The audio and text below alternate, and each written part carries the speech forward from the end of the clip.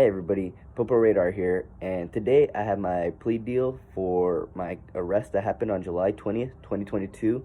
I was arrested on Penal Code 148A1, which was obstructing and impeding an investigation.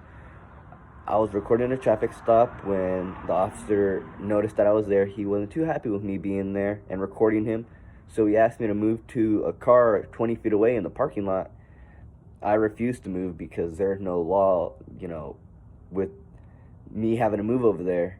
There was no safety tape out there or caution tape. There was, he wasn't creating that safe distance. So I started questioning him about, is it a safe distance thing? And the officers told me, no, it's not a safe distance thing. They're not worried about me recording. They're worried about the traffic stop that's occurring. What if the person in the car gets out with the weapon and, harasses them? But it didn't make sense to me. They said I wasn't a concern, but they put all their attention to me. They couldn't focus on the traffic stop while neglecting me. So they ended up taking me and arresting me. I was arrested for probably 14 hours. And after that, they actually took my phone in as evidence. So I haven't had access to my phone, which is the reason why I haven't been able to record. But I ended up getting into contact with the property room here in Bakersfield, California. And in the property room, they gave me Sergeant Pacheco's cell phone number or work number. And it was impossible to get a hold of him until probably a week of calling him. I was finally able to get a hold of him, and he told me that he wasn't authorized to release my evidence, even though the property room told me he was. So he told me that if I'm able to see a judge, that the judge can clear my evidence to get released. But if not, I'm going to have to wait until the whole case is done. But they haven't filed my charges. So it's kind of in limbo with them just kind of holding on to my property and kind of refusing to give it back. I'm going to go in and file a Brady motion to get my evidence released, and hopefully I can get my evidence back. It's going to be a little process, so it's a little headache, but, it is what it is, so I'll see you guys in a bit. This is footage from my arrest that occurred on July 20th. You can see the officer picking up my phone right there, and he brings me over to his bike and begins to question what business I had doing there and why I was recording. I simply told him police transparency. He kept on saying, why was I recording? I told him I wasn't going to answer any more questions until I got a supervisor out here.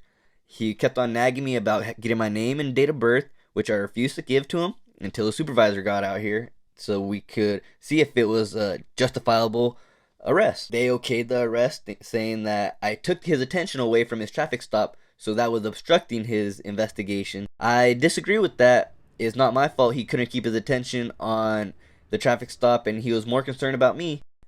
You see right here, another officer shows up. Following this officer, 2 other cop cars show up for a total of 6 police officers that come simply to arrest a First Amendment auditor. Don't you think it's a little excessive? But here are your tax dollars at work.